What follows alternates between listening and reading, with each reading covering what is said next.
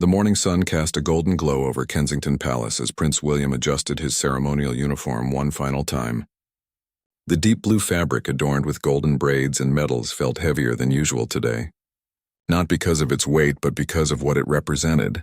Today, his father would become king, and William would officially step into his role as heir to the throne. Kate stood before the ornate mirror in their private chambers, carefully placing the final diamond hairpin into her perfectly styled hair. Her elegant cream-colored coat dress, designed specifically for this historic moment, flowed gracefully as she moved. The subtle embroidery along the edges caught the morning light, creating tiny sparkles that seemed to dance across the fabric. She had chosen this particular shade because it symbolized new beginnings, hope, and unity. In the adjacent room, the sound of children's laughter filled the air. Prince George, now 10 years old, was attempting to tie his own tie while Princess Charlotte, 8, spun around in her beautiful blue dress, watching the fabric twirl around her legs. 7-year-old Prince Louis sat cross-legged on the carpet, completely absorbed in arranging his toy soldiers in perfect formation, seemingly unaware of the magnitude of the day ahead. The palace staff moved with quiet efficiency around them. Maria, their longtime nanny, gently helped George with his tie while offering words of encouragement. "Remember, you're going to see your grandfather become king today. This is something people will talk about for hundreds of years." George nodded solemnly, understanding the weight of her words even at his young age. Charlotte had stopped spinning and was now standing perfectly still as one of the palace dressers made final adjustments to her outfit. Her small diamond tiara, a family heirloom that had been worn by royal children for generations, sat delicately on her head. She kept reaching up to touch it, amazed by how it sparkled in the light. "Mama, do I look like a real princess?" she asked with wide, curious eyes. Kate knelt down to Charlotte's level, smoothing her daughter's hair gently. "You've always been a real princess, darling. Today everyone else gets to see what we already know." Charlotte beamed with pride, her confidence growing with each passing moment. Louis finally looked up from his toys when William entered the children's room. The little prince had grass stains on his knees from playing in the garden earlier that morning, despite the staff's best efforts to keep him clean. William chuckled softly, remembering his own childhood and the impossible task of staying pristine before important events. "Are we really going to see Grandpa Charlie become the king?" Louis asked, using his special nickname for his grandfather.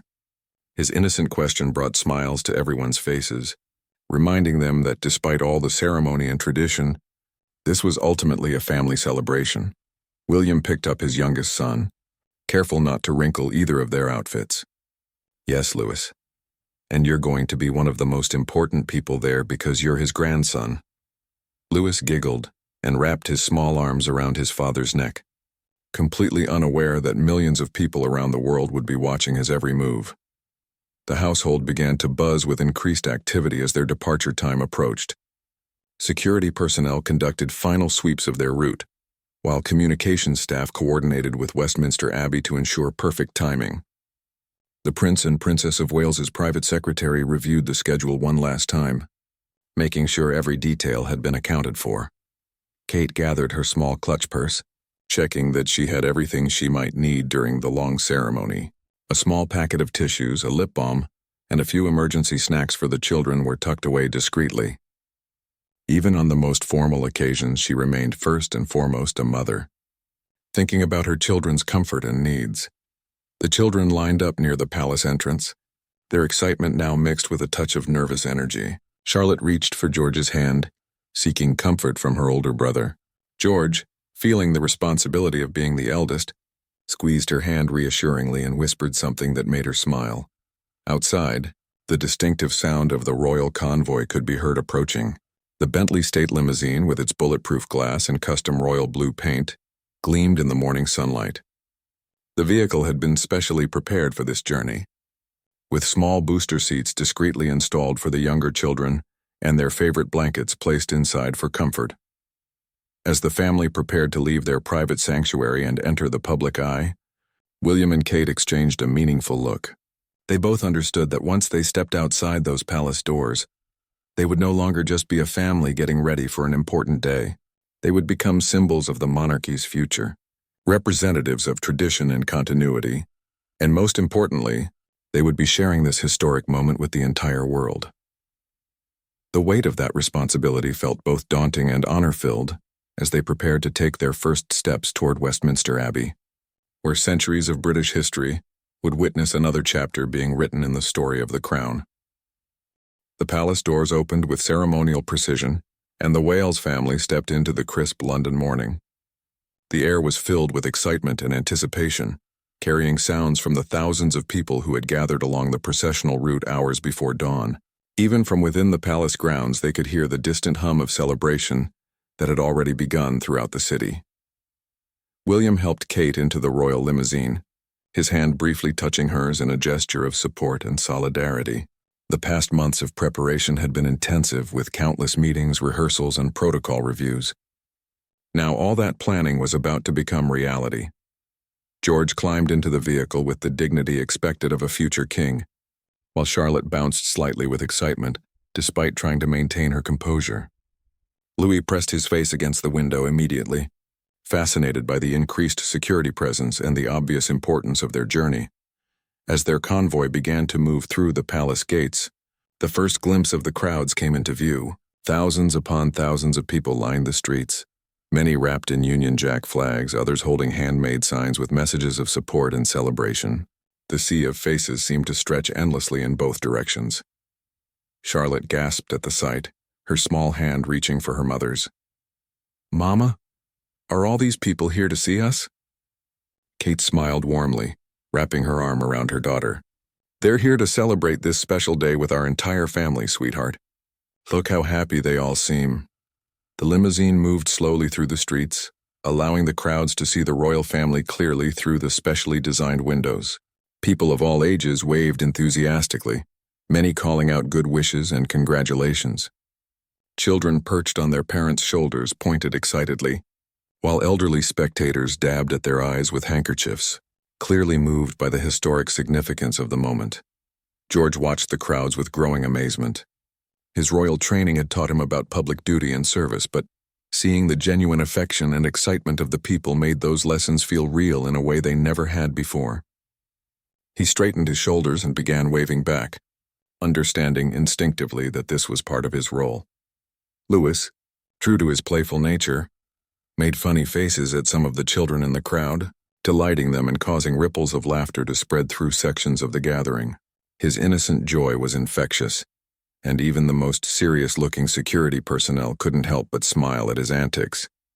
The route took them through some of London's most historic streets, past the grand facades of government buildings where prime ministers had made momentous decisions, through squares where centuries of celebrations and protests had taken place, and along thoroughfares where generations of royals had traveled for their own coronations and state occasions.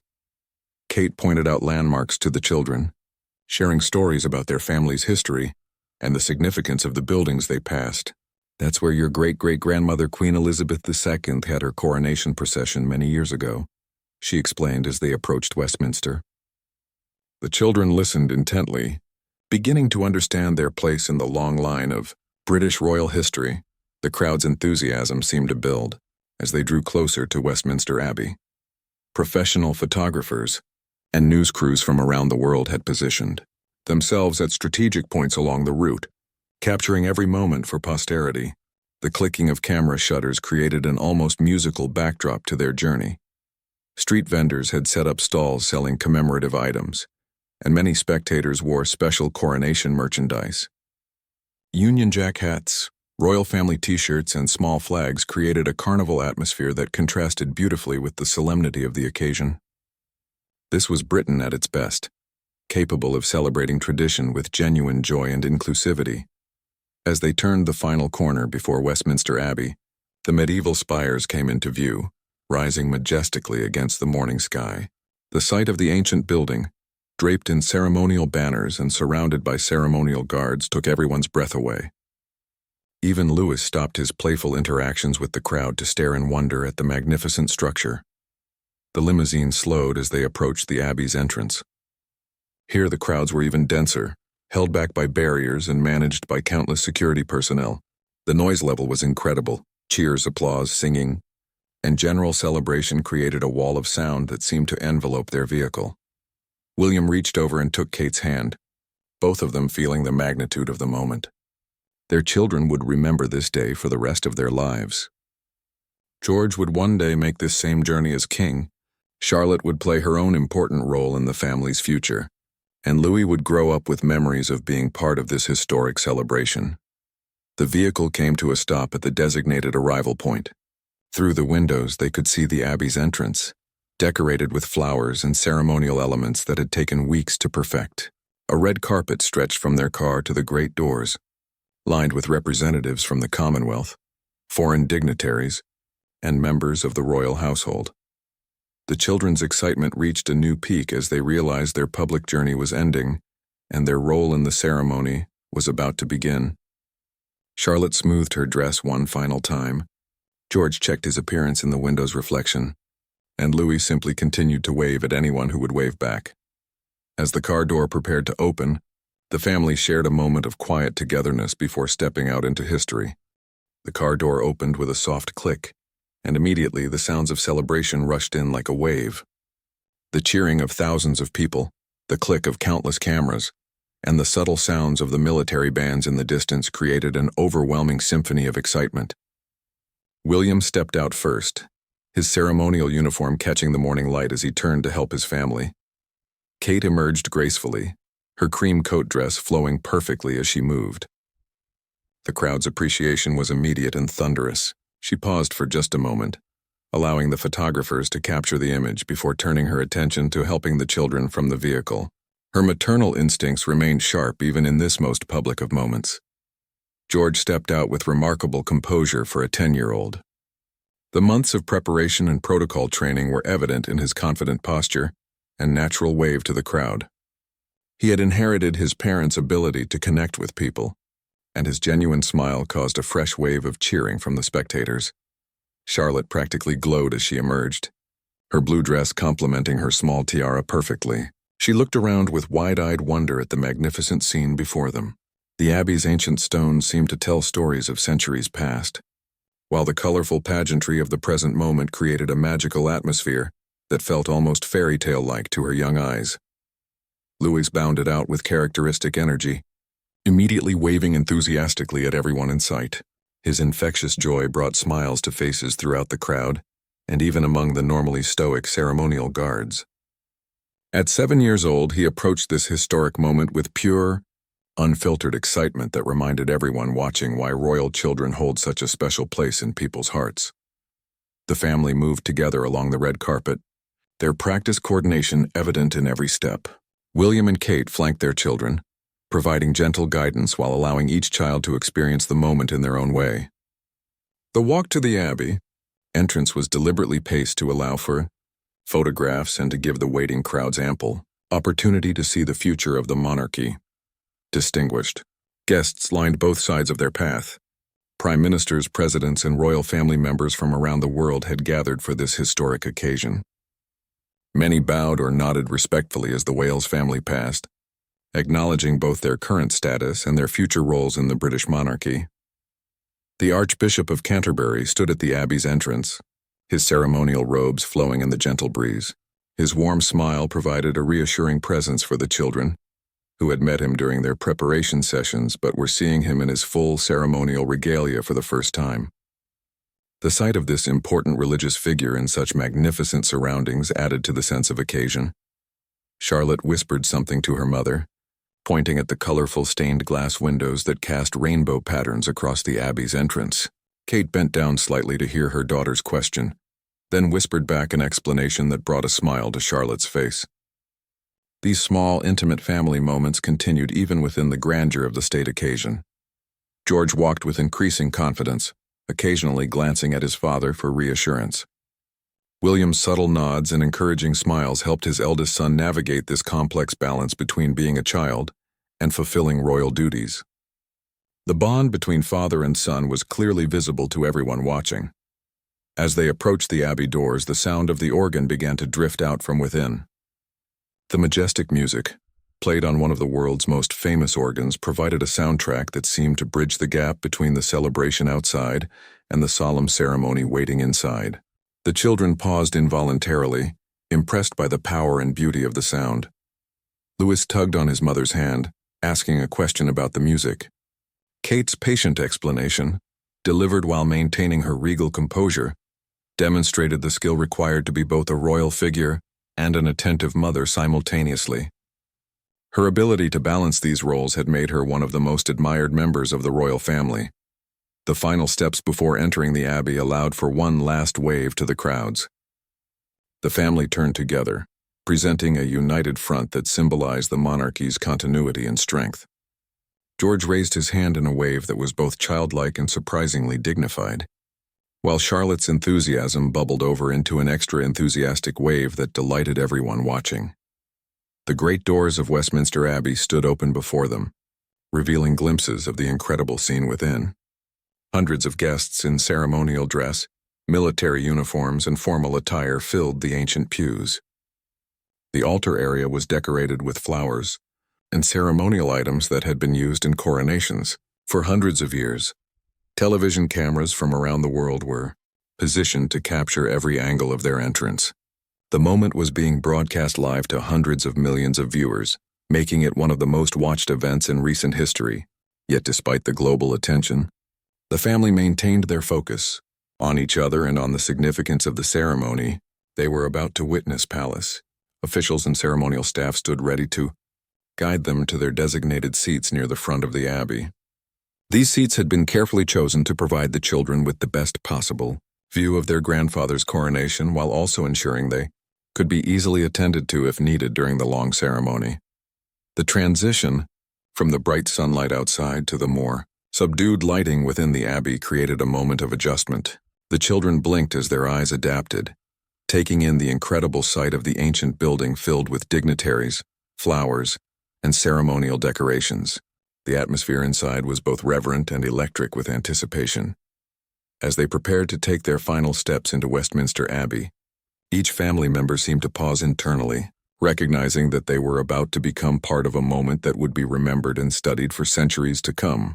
Stepping across the threshold of Westminster Abbey felt like entering a living piece of history. The ancient stones seemed to whisper stories of the countless coronations, royal weddings, and state funerals that had taken place within these walls over nearly 1,000 years. The children's footsteps, despite their careful training in walking quietly, echoed softly in the vast space, adding their young voices to the centuries of royal history contained within the building. The interior of the abbey was breathtaking. Enormous stone pillars stretched up toward the vaulted ceiling, decorated with intricate carvings that had been crafted by master artisans centuries before. Sunlight streamed through the magnificent stained glass windows, creating pools of colored light that danced across the ceremonial decorations and the faces of the assembled guests. George looked up in wonder at the soaring architecture above them. During their preparation visits, he had learned about the famous people buried beneath their feet and the important events that had shaped British history within these very walls. Now, experiencing it filled with hundreds of distinguished guests and prepared for his grandfather's coronation, the abbey felt alive with significance and anticipation. The family was guided down the nave by palace officials who moved with practiced precision.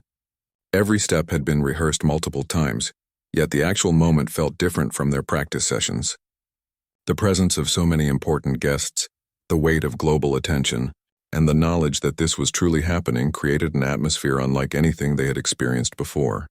Charlotte's eyes darted from one fascinating detail to another. The ceremonial flowers arranged throughout the abbey were more beautiful than anything she had seen, with exotic blooms from Commonwealth countries mixed with traditional British varieties. The choir stalls were filled with singers in pristine white robes, their music folders already opened to the ancient hymns and specially composed pieces that would accompany the ceremony. Distinguished guests rose respectfully as the Wales family passed their pews.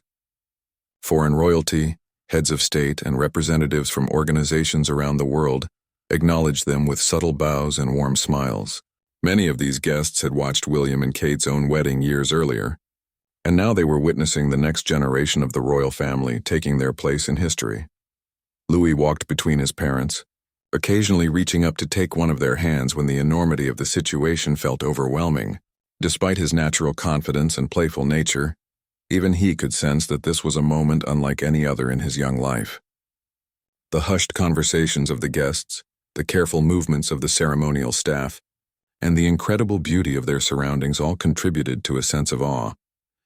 As they approached their designated seating area near the front of the abbey, they could see other members of the royal family already in place. Aunts, uncles, and cousins who had become familiar faces at family gatherings now appeared in their most formal attire, representing various branches of the royal family tree. The children waved discreetly to their relatives, maintaining protocol while still acknowledging family connections. The seats reserved for the Prince and Princess of Wales and their children offered a perfect view of the coronation chair and altar area, where the ceremony would take place. The ancient coronation chair, used for centuries of British coronations, sat waiting with a dignity that seemed to command respect from everyone in the building. The children had seen photographs of this chair in their history books, but seeing it in person made the connection between past and present feel immediate and real. Kate helped arrange the children's clothing as they settled into their seats, making sure Charlotte's dress lay properly and that the boys' ties remained straight. These small maternal gestures continued even within the formal ceremony, demonstrating that even royal children needed their mother's attention and care during important moments. The abbey continued to fill with guests as the ceremony's start time approached. Military officers in dress uniforms, religious leaders from various denominations, and representatives from charitable organizations took their places in the carefully planned seating arrangement. Each guest had been chosen for their significance to the monarchy, the nation, or the Commonwealth, making the gathering a representation of Britain's relationships and values. George studied the order of service that had been placed at his seat, reading through the ancient words and modern additions that would mark his grandfather's transition from Prince of Wales to King. His education had prepared him to understand the constitutional significance of what they were witnessing, but experiencing it as a family member added emotional weight to the constitutional knowledge. The sound of the abbey organ began to swell, signaling that the ceremony was about to begin. The magnificent instrument, with its thousands of pipes, filled the vast space with music that seemed to come from every direction at once. Charlotte leaned closer to her mother, impressed by the power and beauty of the sound that seemed to make the very stones of the building vibrate with harmony. Palace staff moved efficiently through the abbey, making final preparations and ensuring that every detail was perfect. Flowers were adjusted, ceremonial items were positioned precisely, and the path for the coronation procession was cleared and prepared. The children watched these preparations with fascination, beginning to understand the incredible amount of planning and coordination required for such a complex ceremony. Television cameras, positioned discreetly throughout the abbey, began their live broadcast to audiences around the world.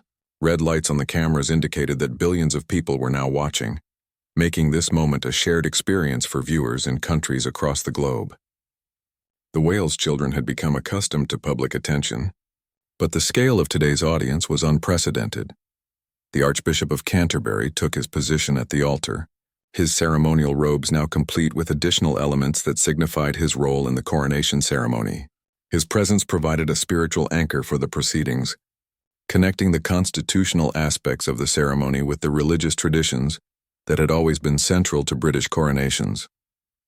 As the final preparations were completed and the ceremony prepared to begin, the Wales family sat together in their front row seats, ready to witness history and support the new king as he took on the responsibilities and honors that would define the next era of the British monarchy. A hush fell over Westminster Abbey as the ceremonial trumpets announced the beginning of the coronation ceremony. The sound echoed through the ancient stones, creating a moment of perfect silence that seemed to connect everyone present with the weight of history they were about to witness. Even Louis, usually the most active of the three children, sat perfectly still, sensing the solemnity of the moment. The processional music began, and the coronation procession started its slow, dignified journey down the abbey's nave. Palace guards in their finest ceremonial uniforms led the way, their movements precise and coordinated after months of practice. Behind them came representatives from the Commonwealth nations, each carrying symbols of their country's relationships with the British crown. Charlotte gripped her mother's hand tightly as she watched the magnificent procession unfold before them. The colorful ceremonial robes, the gleaming military uniforms, and the careful pageantry created a visual spectacle, unlike anything she had ever seen.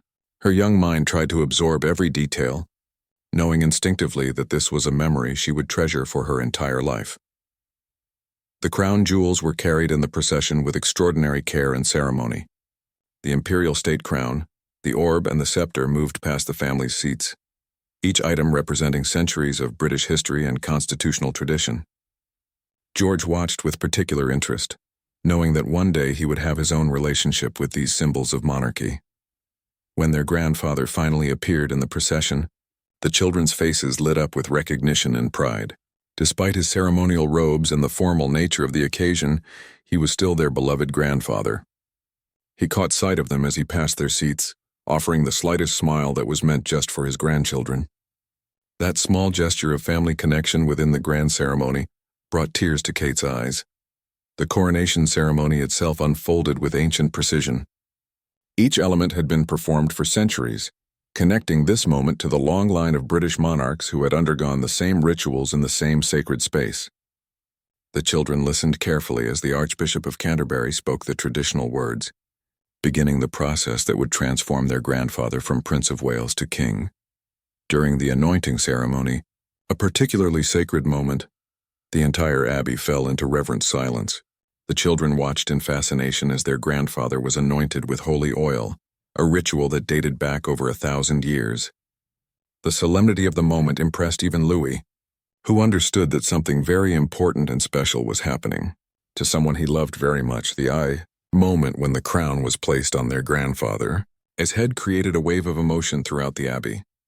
The children watched with wide eyes as the Archbishop lifted St. Edward's crown and carefully positioned it. In that instant, their grandfather became king, and they witnessed the precise moment when the monarchy passed to a new generation. The weight of that transition was visible on their faces as they processed what they had just seen. The congregation's response to the crowning was immediate and heartfelt. "God Save the King" rang out from hundreds of voices, including the trained choir whose voices soared to the abbey's highest reaches. The children joined in the singing, their young voices adding to the chorus of celebration and allegiance. Charlotte's clear, sweet voice could be heard distinctly, singing with genuine emotion and pride. Following the coronation came the homage ceremony, where various representatives pledged their loyalty to the new king. William's moment to offer his own pledge was particularly meaningful for the children to witness.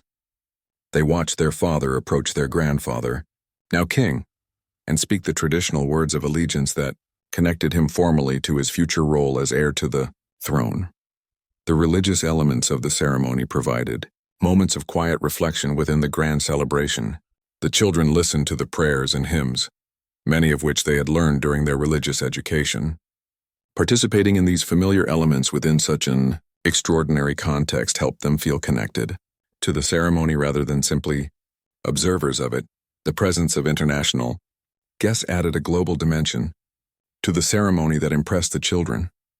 They could see representatives from countries around the world, many wearing their own traditional ceremonial dress, demonstrating the worldwide significance of what they were witnessing. This helped them understand that their family's role extended far beyond Britain itself. As the ceremony continued, palace staff moved discreetly through the abbey, ensuring that every detail remained perfect. The children watched these behind-the-scenes preparations with interest, beginning to appreciate the incredible coordination required to execute such a complex event flawlessly. Their respect for the people who made royal occasions possible grew with each observed interaction. The music throughout the ceremony was extraordinary, with pieces ranging from ancient coronation anthems to newly composed works created specifically for this historic day. The abbey's acoustics made every note ring clearly, and the children found themselves moved by the beauty and power of the musical elements that enhanced every aspect of the ceremony. Television cameras captured every moment, but the children had learned to ignore their presence and focus on the significance of what they were experiencing as family members. Their genuine reactions and obvious pride in their grandfather created some of the most memorable images of the entire ceremony, showing the human side of this constitutional milestone. As the coronation ceremony moved toward its conclusion, the children understood that they had witnessed something truly historic. They had seen their grandfather become king, watched their father pledge allegiance to the new monarch, and participated in a moment that would be studied and remembered for centuries to come. As the coronation ceremony reached its magnificent conclusion, the newly crowned king processed down the abbey's nave wearing the imperial state crown, the weight of his new responsibilities visible in his dignified bearing. The children watched their grandfather with a mixture of awe and familiar affection, seeing him transformed by the ceremony, yet still recognizably the man who told them bedtime stories and played games with them during family gatherings. The recessional music filled the abbey with triumphant celebration, marking the successful completion of a ceremony that had proceeded without a single error, despite its incredible complexity. The children joined in the final hymn, their voices blending with hundreds of others in a moment of shared joy and national unity that would remain with them forever. The immediate royal family prepared to leave their seats for the procession out of the abbey. Kate made final adjustments to the children's appearance. Charlotte's tiara was straightened, George's tie was checked one more time, and Louis's hair was smoothed down where it had become slightly disheveled during the long ceremony. These maternal touches continued even within the grandeur of the state occasion. The family's exit from Westminster Abbey was as carefully choreographed as their entrance had been, but now they moved with the confidence of having successfully participated in one of the most important ceremonies in British history. The children walked with increased dignity, their understanding of their roles within the monarchy deepened by what they had just experienced. Stepping back into the daylight outside the abbey revealed that the crowds had grown even larger during the ceremony. Thousands more people had gathered, many watching the proceedings on large screens that had been erected throughout London. The cheering that greeted the royal family's emergence was deafening, a wall of sound that expressed the nation's celebration of their new king. The children's faces showed their amazement at the size and enthusiasm of the crowds. What had seemed like a large gathering when they arrived now appeared to stretch endlessly in every direction.